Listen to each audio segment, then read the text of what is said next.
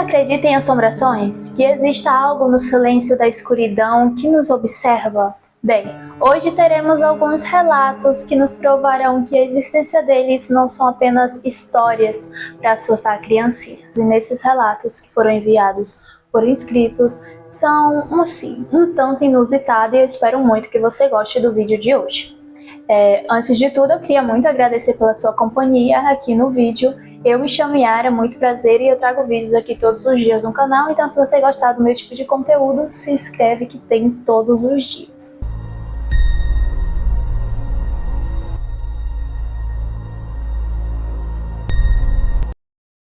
A gente vai começar com um relato de uma jovem que ela inicialmente trabalhou como babá, e ela disse que era cética, ok? E esse relato, inclusive, foi enviado por Cláudia, ela até colocou a idade dela, 28 anos, e foi do interior de Minas Gerais, perdão. Então, como eu falei, ela disse que sempre foi cética e não acreditava nesse tipo de coisa. O que, gente, é bem comum, ok? Tem pessoas que só acreditam quando vivenciam. Enfim, eu achava que histórias de assombração eram exagero, sabe? Até começar a trabalhar naquela bendita casa. A família era bem tranquila e era um casal jovem que já tinha uma criança de 2 anos de idade. Eu dormia no meu próprio quarto, mas algo me chamou assim muita atenção e logo nos primeiros dias, o menino que sempre acordava às 3 da manhã, ele sempre acordava assim, gritando, assustado e apontando para o canto do quarto. Ela quer dizer que a criança que ela cuidava, que só tinha 2 anos de idade, acordava sempre assim pelas 3 da manhã apontando para algo com medo, tá, gente? Ela deixou assim a escrita um pouco confusa, mas é isso que ela quis dizer. A mãe da criança me pediu para deixar um gravador digital ligado à noite, para ver se o filho estava tendo pesadelos ou se havia algum ruído estranho, sabe?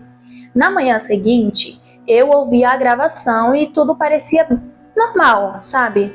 Até mais ou menos umas 3h02 da madrugada. O bebê, ele começou a choramingar. E então surgiu um sussurro bem profundo, rouco, quase como assim, sobrenatural, sabe? E repetia: "Você é minha agora, você é minha agora." Sempre repetindo essa mesma frase, sabe? Aquilo ali me congelou. Não era a voz do bebê e não era certamente a minha.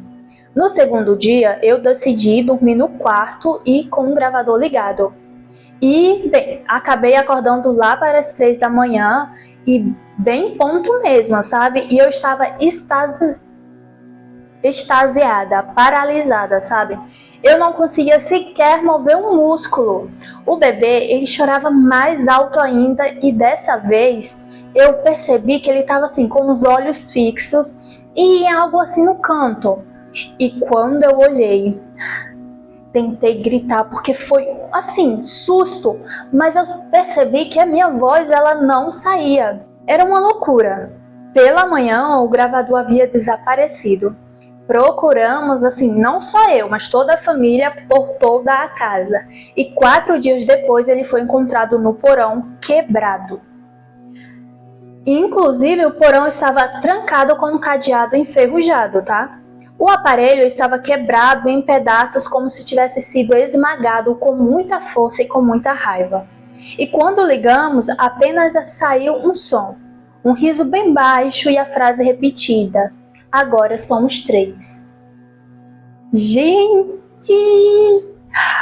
Tem muitas brechas esse relato, mas ele é muito bom. Bem assustador, querida. Você não contou se você saiu depois desse evento, ou se você continuou trabalhando lá, ou se você ainda, trabalha lá, seja de babá ou de outra forma. Mas que loucura! Tipo, o que é aquilo, sabe, gente? O que é aquilo e porque só a criança vê, certo, que ela viu, mas ela também não especificou o que foi que ela viu, sabe? Isso foi, bem, um pouquinho triste, faltou esse detalhe, porque aqui fala que você viu Mas aí você não especificou como era o ser. Ai, você me deixou cheia de curiosidade. Mas então, a criança, sabe? No final fala que agora somos 3. Somos 3 o quê? Levou a criança? O que fez alguma coisa com a criança? Que, claro, eu não torço para que isso tenha acontecido, óbvio que não. Ou se ele estava se referindo a você porque você tinha visto ele. Porque assim, se for levar no ponto, assim, no pé da letra de como você escreveu, agora somos 3, dá a entender que é o espírito, o bebê e você. Ou eu tô errada? Eu não sei, amiga, era pra você ter contado mais, sabe? Mas se você estiver vendo esse vídeo, deixa aí nos comentários, por favor, pra mim saber e entender mais. E, gente, ou se você quiser também enviar no e-mail, envia lá no celeiaoficial@gmail.com. Se você quiser contar, né, com mais detalhes, porque falta muito detalhe. Mas é isso, eu espero que tudo tenha se resolvido, porque foi uma situação uma situação um pouco tensa, né, porque só aparecia pra criança. Agora pensando, poderia até ser, sei lá, talvez um parente da criança que faleceu, um avô, uma pessoa muito apegada, né? Mas você também não especificou se alguém tinha morrido ou qualquer coisa do tipo antes ou depois. Mas muito obrigada por você ter enviado. E, amiga, completa, por favor. Esse relato aqui se chama A Casa da Colina e ele ainda colocou Onde o Tempo Para. O relato é de Vinícius, ele tem 22 anos e é de Santa Catarina. Na época, a gente só queria uma boa história de terror para contar. Não imaginávamos que seríamos parte dela, sabe? Eu era... Ai, amigo. Ainda bem que eu não li, porque ele pediu pra não ler.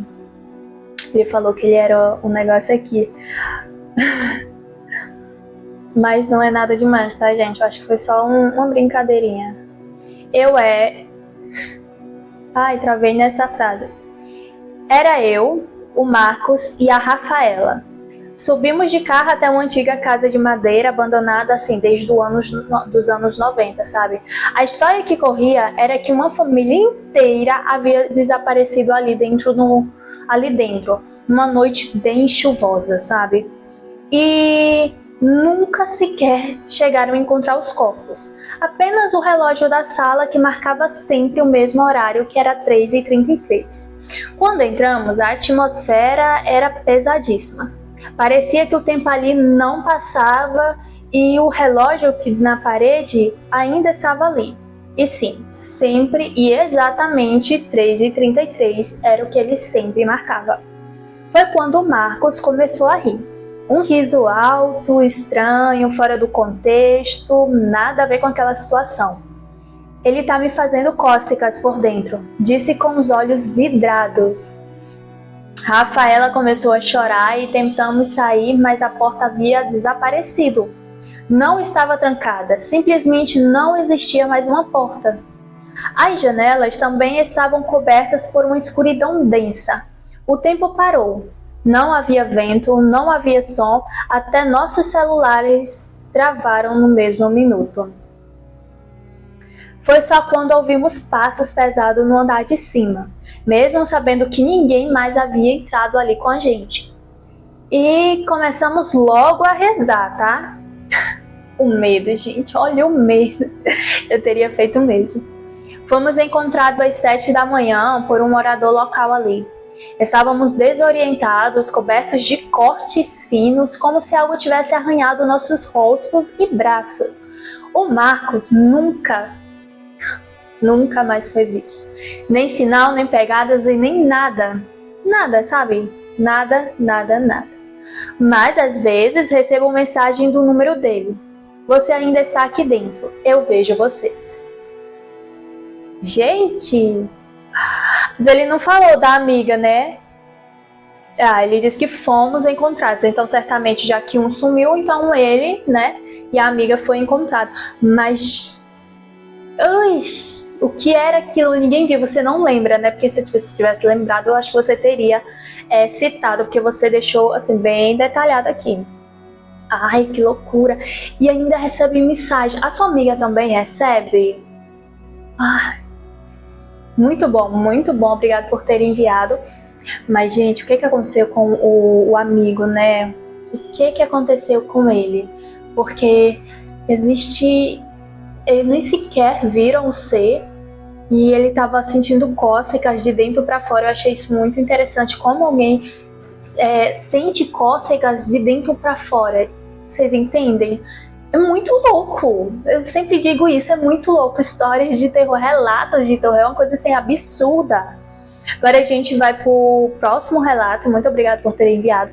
O nome desse próximo relato é O Passageiro das 2h47. É o relato de S. Tava demorando uma letrinha. Ele ultimamente tá matando a idade, né? Ele disse que quando aconteceu, ele tinha 36 anos e ele era motorista de aplicativo em São Paulo. Eu nunca acreditei nessas histórias até que naquela noite aconteceu algo muito surreal. Agora eu rezo antes de aceitar qualquer corrida de madrugada. Gente, olha o terror dele! Era uma terça-feira, às 2h45 da manhã, e eu estava quase encerrando o dia quando apareceu uma corrida numa região totalmente isolada da cidade. O passageiro estava de terno preto e muito pálido. Nem sequer sorriu, sabe? Entrou e disse apenas: KM 102, preciso ir até lá.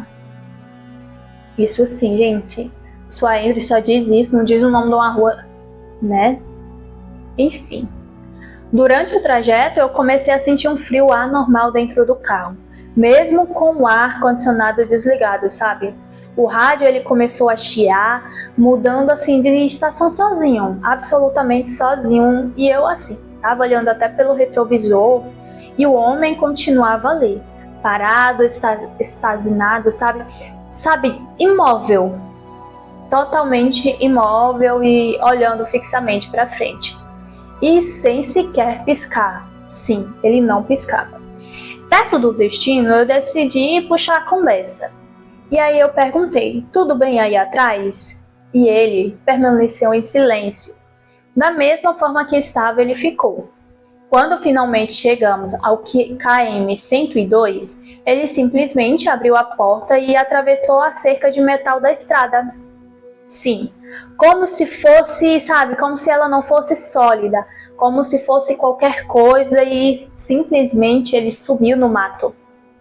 Olhei para o banco de trás e nada, nenhum sinal de que alguém havia sequer sentado ali. Eu fiquei totalmente paralisado. Só em casa, vendo as imagens da câmera do carro, eu percebi que o que gelou a minha espinha. O banco de trás ele estava vazio o tempo todo, sim. Até mesmo quando eu perguntei, sabe, se estava tudo bem ali atrás, não tinha ninguém, eu estava falando sozinho nas gravações. Mas na gravação do áudio, uma voz surge nitidamente às 2h53. Gente, ai, vocês não estão preparados. Olha só, nos vemos quando for a sua vez. Cara, vou finalizar e eu comento. Desde então, às vezes, o carro liga sozinho, sempre às 2h47. Terminamos aqui os relatos e eu queria muito comentar isso. Nos vemos quando for a sua vez. Quer dizer, e ainda tem mais, porque o carro ele liga sozinho às vezes. Então, cara, esse aqui com certeza é o mais louco de hoje e, nossa, tô impactada com esse. Porque deixou muitas brechas, mas brechas realmente que a gente não consegue, né, responder porque são questões mais espirituais. O que quis dizer quando for a vez dele, né? Você já pensou isso, amigo?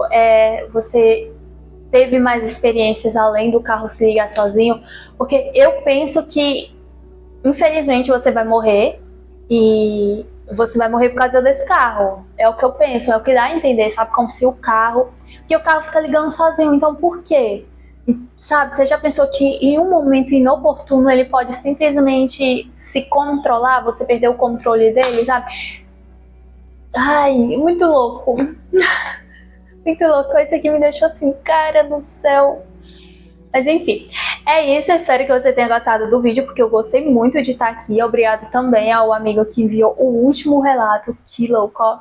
Beijo e até o próximo vídeo. E deixa aí nos comentários o que você acha, porque, gente, eu tô muito assim. Se eu pudesse, eu conversava com um amigo sobre esse acontecimento dele, só pra me encher ele de pergunta, porque, ai, é muita brecha, não é? Eu tô assim, ah. Mas é isso e até o próximo vídeo.